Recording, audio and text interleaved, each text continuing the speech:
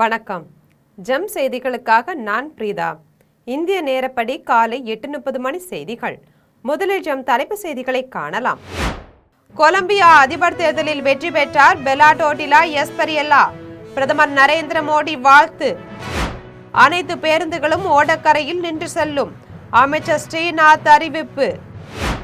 Iran ஆயுத கிடங்குகள் மீது அமெரிக்க ராணுவம் தாக்குதல். மத்திய கிழக்கில் மீண்டும் பதற்றம். 20 ஓவர் கிரிக்கெட் தொடரின் முதல் போட்டி. இந்திய அணியை முதல் முறையாக வீழ்த்தி அயர்லாந்து அணி வெற்றி. தமிழகத்தில் இன்று ஒரு சில மாவட்டங்களில் இடி மின்னல் மற்றும் பலத்த காற்றுடன் கூடிய கனமழை பெய்யக்கூடும். சென்னை வானிலை ஆய்வு மையம் அறிவிப்பு. இனி விரிவான செய்திகளை காணலாம். அனைத்து துறைகளிலும் தொடர்ந்து வளர்ந்து வரும் கொலம்பியாவுடனான தனது நெருங்கிய நட்பை இந்தியா பெரிதும் மதிப்பதாக பிரதமர் நரேந்திர மோடி தெரிவித்துள்ளார். பிரதமர் மோடி தனது சமூக வலைதள பக்கத்தில் கொலம்பியா அதிபருக்கு வாழ்த்து செய்தி வெளியிட்டுள்ளார். அதில் கொலம்பியா அதிபர் தேர்தலில் வெற்றி பெற்ற பெலாடோட்டிலா எஸ்பரியல்லாவுக்கு தனது மனமார்ந்த வாழ்த்துக்களை தெரிவித்தார். அனைத்து துறைகளிலும் தொடர்ந்து வளர்ந்து வரும் கொலம்பியாவுடனான தனது நெருங்கிய நட்பை இந்தியா பெரிதும் மதிக்கிறது. வரும் ஆண்டுகளில் நமது இருதரப்பு உறவுகளை மேலும் வலுப்படுத்த உங்களுடன் இணைந்து பணியாற்ற ஆவலுடன் எதிர்நோக்குவதாக தெரிவித்தார். தாங்கள் முதல்வருக்கு வாக்களித்திருந்தால் கேட்டது கிடைத்திருக்கும் என்று திமுக நாடாளுமன்ற உறுப்பினர் கனிமொழி கூறியதை தொடர்ந்து அமைச்சர் ஸ்ரீநாத் மறுநாள் சம்பவ இடத்தை நேரில் ஆய்வு செய்து அனைத்து பேருந்துகளும் அந்த நிறுத்தத்தில் நின்று செல்வதை உறுதி செய்யுமாறு பணிமனை மேலாளருக்கு அறிவுறுத்தினார். தூத்துக்குடி மாவட்டம் காயல்பட்டினம் அருகே ஓடக்கரையில் புதிதாக கட்டப்பட்ட பேருந்து நிலையத்தை திமுக நாடாளுமன்ற உறுப்பினர் கனிமொழி திறந்து வைத்தார். அப்போது அங்கு நின்ற பெண்மணி, இங்கு பேருந்து நிறுத்தம் அமைக்கப்பட்டிருந்தாலும் ஒரு பேருந்து கூட நின்று செல்வதில்லை என்று குற்றம் சாட்டினார். இதற்கு திமுக நாடாளுமன்ற உறுப்பினர் கனிமொழி, நீங்கள் தங்கள் முதல்வருக்கு வாக்களித்திருக்க வேண்டும் என்று கூறினார். உடனே நீங்கள் இப்படி கூறக்கூடாது என்று அந்த பெண் கூறினார். ஆனால் அதை கண்டுகொள்ளாத கனிமொழி அங்கிருந்து கிளம்பி சென்றார். இந்த செயல் அப்பகுதி மக்கள் மத்தியில் பெரும் அதிர்ச்சியை ஏற்படுத்தியது. இந்நிலையில் அமைச்சர் ஸ்ரீநாத் சம்பவம் நடந்த இடத்திற்கு நேரில் சென்று புதிதாக திறக்கப்பட்ட பேருந்து நிறுத்தத்தை பார்வையிட்டு ஆய்வு செய்தார். உடனடியாக பேருந்து பணிமனை மேலாளரை அழைத்து பேருந்து நின்று செல்ல அறிவுறுத்தினார். தொடர்ந்து அந்த பேருந்து நிறுத்தத்தில் அமர்ந்த அமைச்சர் ஸ்ரீநாத் தூத்துக்குடியிலிருந்து திருச்செந்தூர் நோக்கி வந்த அரசு பேருந்தை நிறுத்தினார். அந்த பேருந்தில் ஏறிய அவர் பேருந்து ஓட்டுநர் மற்றும் நடத்துனரிடம் அனைத்து பேருந்து நிறுத்தங்களிலும் பேருந்துகள் நிற்க வேண்டும் என்று அறிவுறுத்தினார். ஓடக்கரை பேருந்து நிறுத்தத்தில் ஏறிய அவர் அடுத்த 5 கிலோமீட்டர் தொலைவில் உள்ள வீரபாண்டியப்பட்டினம் பேருந்து நிறுத்தத்தில் இறங்கினார். மேலும் புதிதாக கட்டப்பட்டுள்ள பேருந்து நிறுத்தத்தில் பழைய முதல்வரின் புகைப்படம் வைக்கப்பட்டது குறித்து கேட்டதற்கு உரிய விசாரணை நடத்தப்படும் என தெரிவித்தார். ஈரானின் ஏவுகணை, ட்ரோன் மற்றும் ஆயுத கிடங்குகளை குறிவைத்து அமெரிக்க ராணுவம் தாக்குதல் நடத்தியுள்ளது. ஈரானின் தெற்கு துறைமுக நகரான தஹ்ரியோ பெரி நகரில் உள்ள ஏவுகணை, ட்ரோன் மற்றும் ஆயுத கிடங்குகளை குறிவைத்து அமெரிக்க ராணுவம் தாக்குதல் நடத்தியுள்ளது. இந்த தாக்குதல் குறித்து அமெரிக்கா சரக்கு கப்பல் மீது நடத்தப்பட்ட தாக்குதலுக்கு பதிலடியாக இந்த தாக்குதல் நடத்தப்பட்டதாக தெரிவித்துள்ளது. இதனால் மத்திய கிழக்கில் மீண்டும் பதற்றம் அதிகரித்துள்ளதோடு அமெரிக்கா ஈரான் அமைதி பேச்சுவார்த்தை முறிந்ததால் உலக அளவில் பெரும் பரபரப்பு நிலவி வருகிறது. 20 ஓவர் கிரிக்கெட் போட்டியில் இந்திய அணியை முதல் முறையாக வீழ்த்தி அயர்லாந்து அணி வெற்றி பெற்றுள்ளது.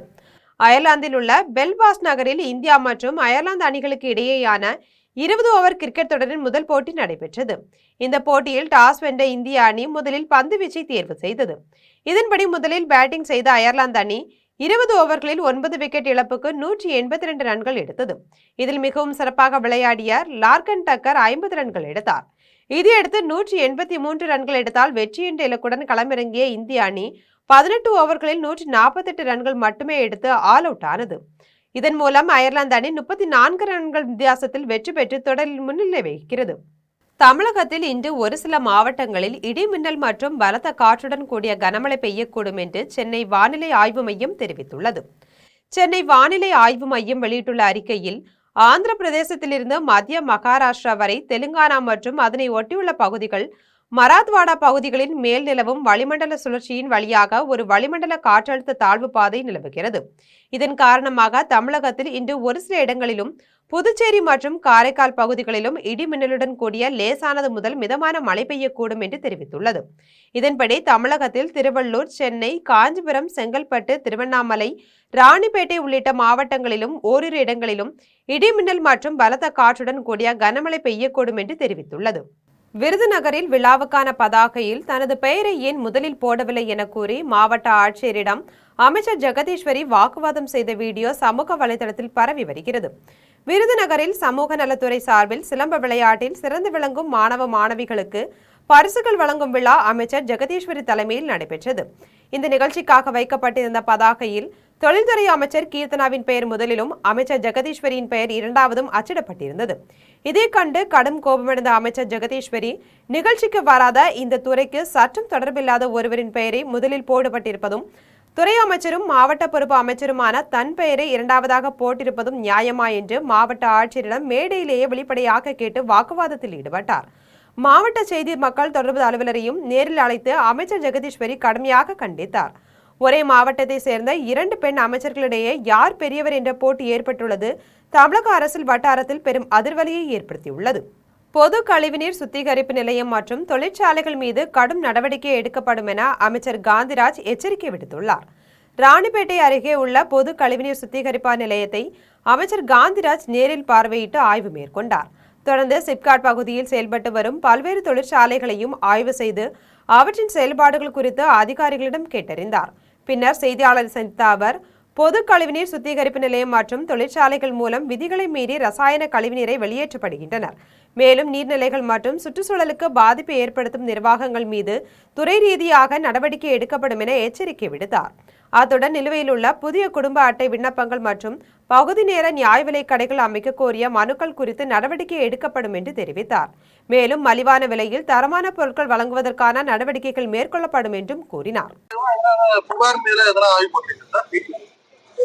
மாண்புமிகு தமிழக முதல்வர் அவர்களின் வழிகாட்டுதலின்படி பொறுப்பு அமைச்சர் என்ற முறையில் இது ஒரு சாதாரண ஒரு ஆய்வு தான். புகார் அடிப்படையில் எது வரலீங்க. கடந்த காலங்களில் இந்த மாதிரி சுத்திகரிப்பு ஆலைகள் மற்றும் தொழிற்சாலைகள் அதிகப்படியான ரசாயன கழிவுகளை விதிகளை வெளியேற்ற சம்பவம் நடந்திருக்கு. இப்போ உங்க ஆட்சியில் அதுக்கு ஒரு சம்பவம் நடப்பட்ட என்ன நடவடிக்கை எடுக்கிறீங்க? முதலமைச்சர் விஜய் ஆட்சியை ஆட்சியாக நடத்த வேண்டும், அதை சினிமா காட்சியாக மாற்றக்கூடாது என திராவிடர் கழக தலைவர் கி வீரமணி அறிவுறுத்தியுள்ளார். தஞ்சாவூர் மாவட்டம் வல்லம் பெரியார் மணியம்மை பல்கலைக்கழகத்தின் நிகழ்ச்சியில் ஒன்றில் திராவிடர் கழக தலைவர் கி வீரமணி கலந்து கொண்டார். இதனைத் தொடர்ந்து செய்தியாளரை திராவிடர் கழக தலைவர் கி வீரமணி சந்தித்து பேசினார். அப்போது முன்னாள் அமைச்சர் ஏவா வேலு தொடர்பான லஞ்ச ஒழிப்புத்துறை சோதனைகள் குறித்து பழிவாங்கும் அரசியலால் பயனில்லை என்றும், நெருக்கடிகளை சந்தித்த திமுக இதிலிருந்தும் மீண்டு வரும் என்றும் தெரிவித்தார். சட்டப்பேரவையில் முதலமைச்சர் விஜய் கூறிய குட்டிக்கதை குறித்து பேசிய அவர், முதலமைச்சர் சினிமாவில் இருந்து விலகி இருந்தாலும் இன்னும் சினிமா பாணி அரசியலில் இருந்து விடுபடவில்லை என்று விமர்சித்தார். மேலும் குட்டி கதைகள் கூறி அரசியல் நடத்தக்கூடாது என்றும், முதலமைச்சர் ஆட்சியை ஆட்சியாக நடத்த வேண்டும், அதை சினிமா காட்சியாக மாற்றக்கூடாது என்று தெரிவித்துள்ளார். மாவட்டம் முழுவதும் கூட அதை பொறுப்பேற்கக்கூடிய ஒரு பெரிய பல்கலைக்கழகமாக இது வளர்ந்து கொண்டிருக்கக்கூடிய சூழ்நிலையிலே எங்களுடைய தேவை என்பது ஒவ்வொரு ஆண்டும் 1000 முதல் 1100 யூனிட்டுகள் என்று மின்சார உற்பத்தியை நாங்கள் இன்றைக்கு புதிதாக சூரிய வெப்பத்தின் மூலமாக துவக்கி இருக்கிறோம். ஏற்கனவே பல முயற்சிகள் படுத்தப்பட்டன. அந்த வகையில் எங்களுடைய தேவை 3000 யூனிட்டுகள் என்றால் அதில் 1/3 பங்கு இதன் மூலமாகவே கிடைத்து விடுகிறது. நீட் தேர்வு மற்றும் சிபிஎஸ்இ தேர்வுகளின் வினாத்தாள்கள் கசிவு ஏற்பட்டதால் பல லட்சம் மாணவர்களின் எதிர்காலம் பாதிக்கப்பட்டது என்று மாவட்ட தலைவர் சுரேஷ்குமார் தெரிவித்துள்ளார். வேலூர் மத்திய மாவட்ட காங்கிரஸ் சார்பில் குடியாத்தம் அண்ணா சாலையில் உள்ள கட்சி அலுவலகத்தில் செய்தியாளர் சந்திப்பு நடைபெற்றது. இதில் கட்சியின் மாவட்ட தலைவர் சுரேஷ்குமார் பேசும்போது, கடந்த மே மாதம் நடைபெற்ற நீட் தேர்வு மற்றும் சிபிஎஸ்இ தேர்வுகளின் வினாத்தாள்கள் கசிவு ஏற்பட்டு அத்தேர்வுகள் ரத்து செய்யப்பட்டு மீண்டும் மறுதேர்வுகள் நடத்தப்பட்டன. இதனால் பல லட்சம் மாணவர்களின் எதிர்காலம் பாதிக்கப்பட்டது என்று கூறினார். இதை கண்டித்தும் அதற்கு பொறுப்பேற்று மத்திய கல்வித்துறை அமைச்சர் தர்மேந்திர பிரதான் பதவி விலக கோரியும் வரும் 30ஆம் தேதி முதல் கட்சி சார்பில் தொடர் போராட்டங்கள் நடத்தப்படும் என்றார். இந்நிகழ்ச்சியில் வேலூர் மாவட்ட ஊராட்சி குழு துணைத் தலைவர் கிருஷ்ணவேணி, வட்டார தலைவர் வீராங்கன், நகர காங்கிரஸ் தலைவர் நவீன் பிரபு உள்ளிட்ட பலர் கலந்து கொண்டனர். ஜூன் 30ஆம் தேதியிலிருந்து மத்திய கல்வி அமைச்சர் தர்மேந்திர பிரதான் அவர்கள் உடனடியாக பதவி விலகும் என்ற வலியுறுத்தி இந்திய தேசிய காங்கிரஸ் கட்சி சார்பில் போராட்டங்கள் நாடு முழுவதும் போராட்டங்கள் நடைபெறும். கோவையில் தனது படங்களுக்கு எப்போதும் சிறந்த வரவேற்பு கிடைப்பதால் அங்கு விளம்பரம் செய்தால் படம் வெற்றி பெறும் என்ற நம்பிக்கை தனக்கு இருப்பதாக நடிகர் விஷ்ணு விஷால் தெரிவித்துள்ளார். கோவை அவினாசி சாலையில் உள்ள திரையரங்கில் கட்டா குஸ்தி 2ஆம் பாகம் திரைப்படம் குறித்து நடிகர் விஷ்ணு விஷால் செய்தியாளர் சந்தித்து பேசினார். அப்போது சமூக வலைதளங்களில் தனது கருத்துக்கள் யாரையும் ஆதரித்தோ அல்லது எதிர்த்தோ அல்ல என்றும், நடிகர்களுக்கும் கருத்து தெரிவிக்கும் சுதந்திரம் இருக்க வேண்டும் என்றும் தெரிவித்தார். கொரோனா தொற்றுக்கு பிறகு தன்னெதிர்ப்பு பாதிப்பு அதிகரித்துள்ளதாகவும், தற்போது அதை கட்டுப்பாட்டில் வைத்தே வாழ்ந்து வருவதாகவும் கூறினார். முதல்வர் விஜய் அதிகாலை மாரத்தானில் பங்கேற்றது ஆரோக்கிய விழிப்புணர்வை ஏற்படுத்தும் நல்ல முன்னுதாரணம் என்றும் அரசியலில் ஈடுபடும் எண்ணம் தற்போது இல்லை என்றும் தெரிவித்தார். மேலும் கட்டா குஸ்தி 2ஆம் பாகம் வெற்றி பெறும் என்ற நம்பிக்கை இருப்பதாகவும் ராட்சசன் 2ஆம் பாகம் திரைப்படம் குறித்த அறிவிப்பு விரைவில் வெளியாகும் என்றும் விஷ்ணு விஷால் கூறினார். ஆமா, நாங்க கோயம்புத்தூர்ல ஷூட் பண்ணோம், பொள்ளாச்சியில ஷூட் பண்ணோம், அம்பாசமுத்திரத்தை ஷூட் பண்ணோம். ஸோ இந்த ஏரியாஸ்லாம் நாங்கள் ஷூட் பண்ணியிருக்கோம். அண்ட் கோயம்புத்தூர் எனக்கு ரொம்ப பிடிச்ச இடம் ஆக்சுவலாக. என்னோட நிறைய படங்கள் இங்கே ஷூட் பண்ணியிருக்கேன். மை டைரக்டர்ஸ் நிறைய பேர் இங்கே Tiruppur. So Mundasupatti director, Ratsasan director, all of them from Tiruppur only. So it's very special place எனக்கு. அண்ட் எப்போவுமே என்னோட படங்கள் சென்னைக்கு அப்புறம் சிட்டிக்கு அப்புறம் எப்போவுமே நல்லா போடுதுங்கிறது கோயம்புத்தூர் ஏரியாவில் தான். And very lucky and very happy that Coimbatore has been my lucky சாம்னு சொல்லலாம். ஸோ இந்த படமும் நிறைய இங்கே ஷூட் பண்ணதுனால இதுவும் ஒரு லக்கியான ஒரு அனுபவமாக இருக்குங்கிறத நான். ராணிப்பேட்டை அருகே 30 ஆண்டுகளாக மின் இணைப்பு இன்றி தவித்த கூலி தொழிலாளிக்கு மின் இணைப்பு பெற்று தந்த தாவேகா சட்டமன்ற உறுப்பினருக்கு அவர் நன்றி தெரிவித்துள்ளார். ராணிப்பேட்டை மாவட்டம் விசி மோட்டூரை சேர்ந்த கூலி தொழிலாளி சேட்டு 30 ஆண்டுகளாக வசித்து வந்த வீட்டிற்கு மின் இணைப்பு வழங்க கோரி பலமுறை மனு அளித்தும் நடவடிக்கை எடுக்கப்படவில்லை என கூறப்படுகிறது. இதையடுத்து அவர் தனது கோரிக்கையை தாவேகா சட்டமன்ற உறுப்பினர் தாகிராவிடம் நேரில் மனுவாக அளித்தார். அதன் பேரில் விரைந்து நடவடிக்கை எடுக்கப்பட்டு சேட்டு வீட்டிற்கு மின் இணைப்பு வழங்கப்பட்டது. இதனால் மகிழ்ச்சியடைந்த சேட்டு மற்றும் அவரது குடும்பத்தினர் நீண்ட நாள் கோரிக்கையை நிறைவேற்றிய சட்டமன்ற உறுப்பினர் தாகிராவுக்கும் தமிழக முதல்வருக்கும் நன்றி தெரிவித்துள்ளார். முதல்ல முதல்வருக்கு வணக்கத்தை தெரிவிச்சிருக்கிறோம், மேடமுக்கும் வணக்கத்தை தெரிவிச்சிருக்கோம்.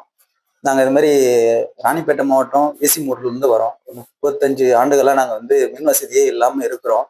அதுக்காக எவ்வளோ மனுக்கள் கொடுத்துட்டோம், எவ்வளோ முறை அலைஞ்சிட்டோம், எதுவுமே இதுவரையிலையும் ஒரு ஸ்டெப் எடுக்கல. இப்போ மேடம் கிட்ட மனு கொடுத்தனால அவங்க உடனடியாக அவங்க எல்லாரையும் அனுப்பிச்சு டீம் அனுப்பிச்சு எங்களுக்கு இந்த ஒரு 2 வாரத்தில் எங்களுக்கு அந்த மின் வசதிக்கான ஏற்பாடு செஞ்சு கொடுத்துருக்காங்க. அதனால மிக்க மேடமுக்கு நன்றி சொல்லிக்கிறோம். ஏன்னா இது வரைக்கும் நாங்கள் இந்த சின்ன பச்சை குழந்தைய வச்சுட்டு அந்த கரண்ட் வசதி இல்லாமல் ரொம்ப தவிச்சிட்டு இருக்கோம். அது மேடம் கடவுள் புண்ணியத்தில் ஏதோ எங்களுக்காக வாங்கி கொடுத்தாங்க. அதனால என்னைக்குமே நாங்கள் மறக்க மாட்டோம் மேடம். ரொம்ப நன்றி மேடம். சென்னையில் சர்வதேச போதைப்பொருள் பயன்பாடு மற்றும் கடத்தலுக்கு எதிரான விழிப்புணர்வு பேரணி நடைபெற்றது. சென்னை பெசன்ட் நகரில் சர்வதேச போதைப்பொருள் பயன்பாடு மற்றும் கடத்தலுக்கு எதிரான விழிப்புணர்வு பேரணி நடைபெற்றது.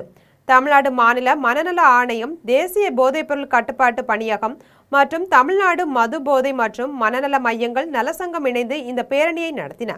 சங்கத்தின் தலைவர் தேவராஜ் தலைமையில் நடைபெற்ற பேரணியை நடிகர் தாமு போதைக்கு எதிரான உறுதிமொழியில் கையெழுத்திட்டு கொடியசைத்து தொடங்கி வைத்தார். இதில் 500க்கும் மேற்பட்ட பொதுமக்கள் பங்கேற்று போதைக்கு எதிரான விழிப்புணர்வு பதாகைகளை ஏந்தி பேரணியாக சென்றனர். பின்னர் பேசிய நடிகர் தாமு, மாணவர்கள் தவறான பாதையில் செல்லாமல் கல்வி மற்றும் ஒழுக்கத்தில் கவனம் செலுத்த வேண்டும் என்றும் போதை பழக்கம் வாழ்க்கையை சீரழிக்கும் என்றும் எச்சரித்தார். மேலும் உடல் மற்றும் மன ஆரோக்கியத்தை பேண தினமும் நடைபயிற்சி மேற்கொள்ள வேண்டும் என வலியுறுத்தினார். மதுரையில் ஐங்கரன் ஃபைத் சென்டர் சார்பில் போதைப்பொருள் ஒழிப்பு விழிப்புணர்வு மற்றும் கையெழுத்து இயக்கம் நடைபெற்றது. மதுரையில் ஐங்கரன் ஃபைத் சென்டர் சார்பில் போதைப்பொருள் இல்லாத தமிழகத்தை உருவாக்க வேண்டும் என்பதை வலியுறுத்தி கையெழுத்து இயக்கம் மற்றும் உறுதிமொழி ஏற்பு நிகழ்ச்சி நடத்தப்பட்டது. 19 ஆண்டு காலமாக சிறப்பாக செயல்பட்ட ஐங்கரன் ஃபவுண்டேஷனின் சேவையை பாராட்டி அவர்களுக்கு தேவையான அனைத்து உதவிகளும் வழங்கப்படும் என உறுதியளிக்கப்பட்டது. மதுரை கிழக்கு சட்டமன்ற உறுப்பினர் கார்த்திகேயன் தலைமையில் நடைபெற்ற நிகழ்ச்சியில் மேற்கு ஒன்றிய நிர்வாகிகள் செட்டிக்குளம் பொன்ராஜா, சாஸ்திரி நகர் அரவிந்த், உமாச்சிக்குளம் குமார், இரணிய வெங்கடேசன், கொடிமங்கலம் மலையரசன், மாலைப்பட்டி சிலம்பு ஆகியோர் பங்கேற்றனர். சென்னை போரூரில் உள்ள ஸ்ரீ ராமச்சந்திரா மருத்துவக் கல்லூரியில் சிறுநீர் கட்டுப்பாட்டு வாரத்தை முன்னிட்டு 500க்கும் மேற்பட்ட மாணவர்களுக்கு விழிப்புணர்வு நிகழ்ச்சி நடைபெற்றது. சென்னை போரூரில் செயல்படும் ஸ்ரீ ராமச்சந்திரா மருத்துவக் கல்லூரியில் உலக சிறுநீர் கட்டுப்பாட்டு வாரத்தை முன்னிட்டு விழிப்புணர்வு நிகழ்ச்சி நடைபெற்றது. முன்னதாக மருத்துவமனையில் பெண்களின் இடுப்பு தசைகளின் ஆரோக்கியத்தை மேம்படுத்தும் விதமாக பெல்விக் ஹெல்த் சிகிச்சை மையத்தை ஸ்ரீ ராமச்சந்திரா கல்வி குழும அறங்காவலர் சம்யுக்தா வெங்கடாச்சலம் துவக்கி வைத்தார். நிகழ்ச்சியில் மகப்பேறு மருத்துவர்கள், இடுப்பு தசை இயன்முறை மருத்துவர்கள் உட்பட 500க்கும் மேற்பட்ட கல்லூரி மாணவர்கள் பங்கேற்று இடுப்பு தசையை வலுப்படுத்துவது, சிறுநீர் கசிவை தடுப்பது குறித்து விழிப்புணர்வு ஏற்படுத்தினர். நிகழ்ச்சியில் பங்கேற்ற தனியார் இயன்முறை மருத்துவர்கள் பேசினர். அப்போது சிறுநீர் அழுத்த கசிவு என்பது இடுப்பு தசை தளர்வு காரணமாக ஏற்படுவதாகவும் இதனை ஒரு சில உடற்பயிற்சி மூலமும் மருத்துவ சிகிச்சை மூலமும் குணப்படுத்த முடியும் என்றும் அண்மையில் நடத்தப்பட்ட ஆய்வில் 40 வயதை கடந்த பெண்களுக்கு 40% இடுப்பு தசை தளர்வு ஏற்படுவதால் சிறுநீர் கசிவு பிரச்சனை ஏற்படுவதாகவும் இதற்கு முக்கிய காரணம் இன்றைய வாழ்க்கை முறைதான் என்றும் இதனை சில உடற்பயிற்சிகள் மற்றும் வாழ்க்கை முறை மாற்றங்கள் மூலம் சரி செய்யலாம் என மருத்துவர்கள் தெரிவித்துள்ளனர். Later on in life, after the delivery is over, ரொம்ப வெயிட் கூடுதல் ஆகாமல் நம்ம பார்த்துக்க வேண்டியது ரொம்ப முக்கியமான விஷயம். Obesity, sedentary lifestyle, all this will also lead to weak pelvic floor and leads to இந்த மாதிரி urinary incontinence later in life. So and same thing nearing menopause வரும்போது நல்ல எக்ஸசைசஸ் பண்ணுறது. தில்லியில் குடியரசுத் தலைவர் திரௌபதி முர்மு கையால் பத்மஸ்ரீ விருது பெற்ற சொந்த ஊர் திரும்பிய சிற்ப கலைஞர் ராஜஸ்தபதி காளிப்ப கவுண்டருக்கு சேலத்தில் உற்சாக வரவேற்பு அளிக்கப்பட்டது. சேலம் கண்ணங்குறிச்சி சிற்ப கலைஞர் ராஜஸ்தபதி காளிப்ப கவுண்டருக்கு இந்திய அரசின் உயரிய குடிமக்கள் விருதுகளில் ஒன்றான பத்மஸ்ரீ விருதை குடியரசுத் தலைவர் திரௌபதி முர்மு வழங்கி சிறப்பித்தார். விருதை பெற்றுக்கொண்டு சொந்த ஊரான சேலத்துக்கு திரும்பிய அவருக்கு பொதுமக்களும் குடும்பத்தினரும் பல்வேறு அமைப்புகளும் சிறப்பான வரவேற்பு அளித்தனர். மேளதாளங்கள் முழங்க ஆரத்தி எடுத்து மலர் மாலைகள் அணிவித்து வரவேற்றனர். ஏராளமான பொதுமக்கள் மற்றும் கலை ஆர்வலர்கள் நேரில் சந்தித்து வாழ்த்து தெரிவித்தனர். பத்மஸ்ரீ விருதை பெற்றதன் மூலம் சேலம் மாவட்டத்திற்கும் பாரம்பரிய சிற்பக்கலைக்கும் பெருமை சேர்த்துள்ளதாக அனைவரும் பாராட்டினர். பின்னர் செய்தியாளரிடம் பேசிய பத்மஸ்ரீ ராஜஸ்தபதி காளிப்ப கவுண்டர், பாரம்பரிய சிற்பக்கலை என்பது தமிழர்களின் தொன்மையான கலாச்சார மரபின் அடையாளம் என தெரிவித்தார். இந்த கலை தலைமுறையாக தொடர்ந்து காக்கப்பட வேண்டும் என்றால் இந்திய இளைய தலைமுறையினருக்கு முறையான பயிற்சிகள் வழங்க வேண்டும் என்றார். பயிற்சி நிலையத்தில் 3 ஆண்டு காலம் பயிற்சி பெற்று அதனைத் தொடர்ந்து சென்னையிலே அதனுடைய டிசைன் சென்டரில் 2 ஆண்டு காலம் மேலே அதனுடைய நுணுக்கங்களை கற்று 1980ஆம் ஆண்டு பாலமுருகன் சிற்பக்கலை கூடம் என்ற ஒரு பெயரிலே இந்த சிற்பக்கலை துறையை கரூரில் உள்ள தனியார் மருத்துவமனையில் முதலாக இதய நோய்க்கு அதிநவீன தொழில்நுட்ப வசதிகளுடன் கூடிய எக்ஸ்கேத் லேப் தொடங்கப்பட்டுள்ளது. கரூரில் உள்ள அப்போலோ மருத்துவமனையில் இதய நோயால் பாதிக்கப்பட்டவர்களுக்கு அதிநவீன தொழில்நுட்ப வசதிகளுடன் கூடிய 5 கோடி ரூபாய் மதிப்பிலான எக்ஸ்கேத் லேப் VNC குழும தலைவர் பாஸ்கர் குத்துவிளக்கு ஏற்றி திறந்து வைத்தார். இந்த நிகழ்ச்சியில் மருத்துவமனை நிர்வாக தலைவர் ஸ்ரீதர், இதய நோய் வல்லுநர் கேசவன், மருத்துவமனை பொது மேலாளர் கற்பகவல்லி, நரம்பியல் வல்லுநர் தமிழானந்த் ஆகியோர் கலந்து கொண்டனர்.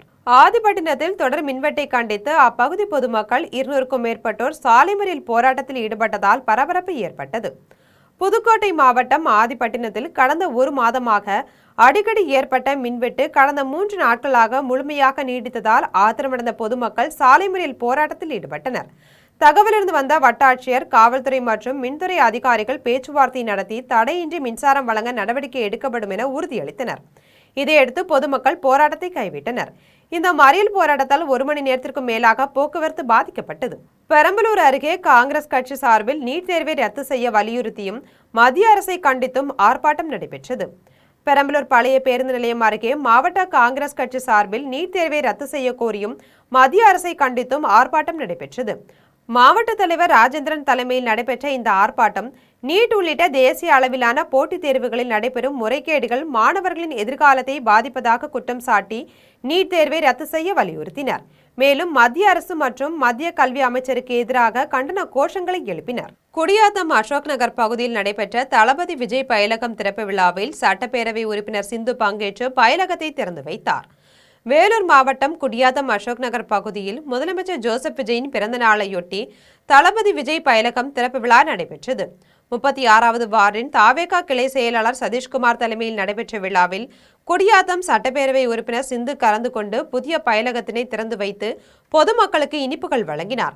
இதனைத் தொடர்ந்து பள்ளி மாணவ மாணவிகளுக்கு கற்றல் கருவிகள் வழங்கினார். இதில் தாவேகா நகர செயலாளர் இளங்கோ, மாவட்ட செயற்குழு உறுப்பினர் அழகப்பன், 36வது வார்டு கிளை நிர்வாகிகள் குடியரசு, ஜெய்சங்கர், இளங்கோ உள்ளிட்ட பலர் கலந்து கொண்டனர்.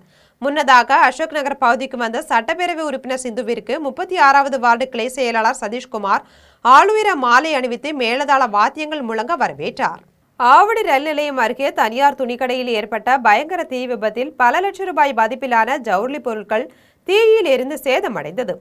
சென்னை ஆவடி ரயில் நிலையம் அருகே ஆவடி மார்க்கெட் எனப்படும் நேரு பஜாரில் ஜவுளி கடை, நகைக்கடை, மளிகை கடை, காய்கறி பழக்கடை, பல்பொருள் அங்காடி என நூற்றுக்கணக்கான கடைகள் செயல்பட்டு வருகிறது.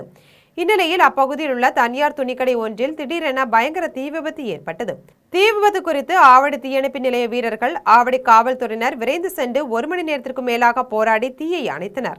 தீ விபத்தால் சாலையில் சென்ற நூற்றுக்கணக்கான மக்கள் அலறி அடித்து ஓடினர். தீ விபத்து குறித்து ஆவடி காவல்துறையினர் வழக்கு பதிவு செய்து விசாரணை நடத்தினர். தீ விபத்தில் பல லட்சம் மதிப்பிலான ஜவுளி பொருட்கள் எரிந்து சேதமடைந்தது. கொடைக்கானல் நாயுடுபுரம் பகுதியில் கஞ்சா விற்பனையில் ஈடுபட்ட இளம்பெண் உட்பட 3 பேரை காவல்துறையினர் கைது செய்து அவர்களிடமிருந்து 270 கிராம் கஞ்சாவை பறிமுதல் செய்தனர். திண்டுக்கல் மாவட்டம் கொடைக்கானலுக்கு பல்வேறு பகுதிகளிலிருந்து ஏராளமான சுற்றுலா பயணிகள் வந்து செல்கின்றனர். இந்நிலையில் சமீப காலமாகவே சுற்றுலா பயணிகள் மற்றும் இளைஞர்களை குறிவைத்து கஞ்சா போதை, காளான் விற்பனை செய்வது தொடர்ந்து நடைபெற்று வருகிறது. குறிப்பாக நாயுடுபுரம் பகுதியில் கஞ்சா விற்பனை நடைபெறுவதாக கொடைக்கானல் காவல்துறையினருக்கு ரகசிய தகவல் கிடைத்தது. இதனையடுத்து அப்பகுதிக்கு சென்ற காவல்துறையினர் கஞ்சா விற்பனையில் ஈடுபட்ட அருண், சூர்யா, சீதாலட்சுமி ஆகிய 3 பேரையும் கையும் களவுமாக பிடித்து கைது செய்தனர். மேலும் அவர்கள் மறைத்து வைத்திருந்த 270 கிராம் கஞ்சாவை பறிமுதல் செய்ததுடன் வழக்கு பதிவு செய்து விசாரணை மேற்கொண்டனர். மதுரை மாவட்டம் அவனியாபுரம் அருகே கோவில் திருவிழாவில் இளைஞரை வெட்டி கொன்ற வழக்கில் முக்கிய குற்றவாளிகள் 2 கைது செய்ததை தொடர்ந்து உறவினர்கள் உடலை வாங்கி தகனம் செய்தனர். மதுரை அவனியாபுரம் அருகே வில்லாபுரத்தை சேர்ந்த பாலாஜி, ராஜா ஹுசேன் ஆகிய 2 அதே பகுதியை சேர்ந்த சிலருக்கும் இடையே கோவில் திருவிழாவின் போது முன்பகை ஏற்பட்டது. இந்த நிலையில் ஜூன் 19ஆம் நாள் ஒரு கும்பல் பாலாஜியையும் ராஜா ஹுசேனையும் அரிவாளால் வெட்டிவிட்டு தப்பி சென்றது. இதில் பலத்த காயமடைந்த பாலாஜி நிகழ்விடத்திலேயே உயிரிழந்தார். ராஜா ஹுசேன் காயங்களுடன் மருத்துவமனையில் சிகிச்சை பெற்று வருகிறார். இந்த வழக்கில் ஏற்கனவே 5 பேரை காவல்துறையினர் கைது செய்து சிறையில் அடைத்தனர். அதன்பின் பூவலிங்கத்தையும் கைது செய்தனர். மௌனன் முனீர், சண்முகம் ஆகிய 2 கைது செய்தால்தான் உடலை வாங்குவோம் என உறவினர்கள் கூறினர். 2 கைது செய்துவிட்டதாக காவல்துறையினர் கூறியதை அடுத்து பாலாஜியின் உடலை உறவினர்கள் பெற்றுக்கொண்டனர். அவர் வீட்டில் வைக்கப்பட்டு குடும்பத்தினரும் உறவினர்களும் அஞ்சலி செலுத்தியதன் பின் ஊர்வலமாக எடுத்து சென்று உடல் தகனம் செய்யப்பட்டது. இதைத் தொடர்ந்து அப்பகுதியில் காவல்துறையினர் பலத்த பாதுகாப்பு ஏற்பாடுகளை செய்திருந்தனர். மதுரை அருகே ஓட்டுநர் மர்ம நபர்களால் வெட்டி கொலை செய்யப்பட்ட சம்பவம் அப்பகுதியில் பெரும் பரபரப்பை ஏற்படுத்தியுள்ளது. மதுரை மாவட்டம் கைலம்பட்டியை சேர்ந்த ஓட்டுநர் நல்லசாமி தனது குடும்பத்துடன் வசித்து வந்தார். இந்நிலையில் நள்ளிரவு வீட்டின் முன்பு உறவினர்களுடன் பேசிக் கொண்டிருந்த போது அங்கு வந்த மர்ம நபர்கள் அவரை சரமாரியாக வெட்டியதாக கூறப்படுகிறது.